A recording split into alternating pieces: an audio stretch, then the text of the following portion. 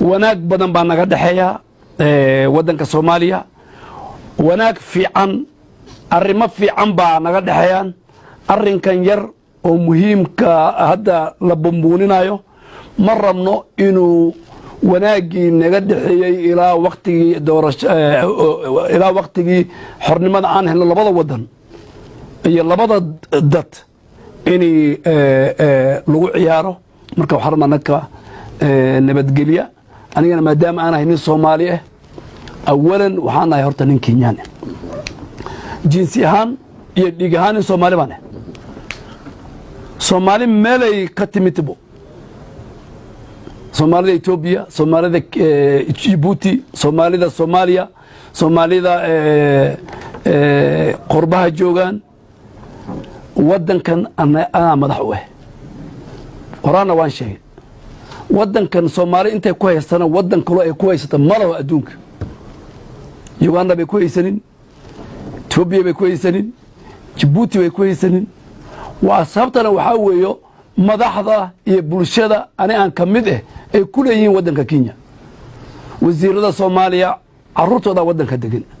madaxweynayaashii kuwii soo maray ku hadda joogan xasaskooda degan intaasoo saraan haynay Soomaali qaxooti dhowr iyo 30 sano iyo marti noo hayeen marka annaka waxaan nahay gurigii labaad ee ummadda Soomaaliya ama dawladda u shaqeyso ama dhaqaalaha u sameeyso ganacsi ha taato ama siyaasi ha ahaado wadku guriga Kenya waa gurigiini marka arrinkan yarna waa la xalin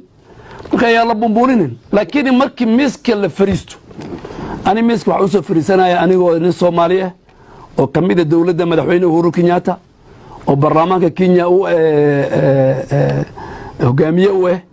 marka oo waliba ninkii saddexaad xagga siyaasiga marka ani waxaan noqonayaa diyaar baan u yahay Soomaalida ay iga raali ahaato ma ogolaanay hal cidi ama hal yar oo dhul ay leedahay wadanka Kenya ama bad ahaado ama dhulka ahaado inay wadan kale ama Soomaaliya ama Ethiopia ama Djibouti ama South Sudan inay qaadato sidaasna waa sidoo sameeyay lahaa ninka Mustafa ka madaxweynaha kalinka shanaad markuu mid soo fariisto wuxuu soo fariisanaa soo nin Soomaali ah laakiin Ethiopian u dhashay wadanka Ethiopia madaxweynaha Djibouti markuu asagana miiska soo fariisto wuxuu soo fariisanaa soo madaxweynaha Djibouti marka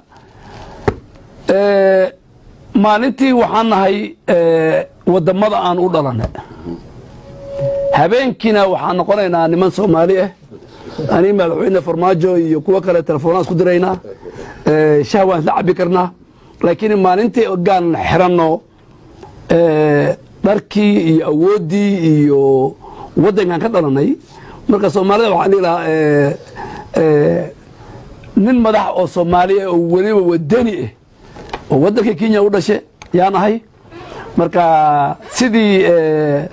walaalkay Mustafa uu difaaci lahaa dawladda iyo dhulka Ethiopia iyo madaxweyne magaciisa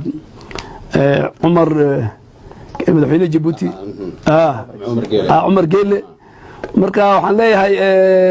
arrinkan waa arrin xasaasi mooho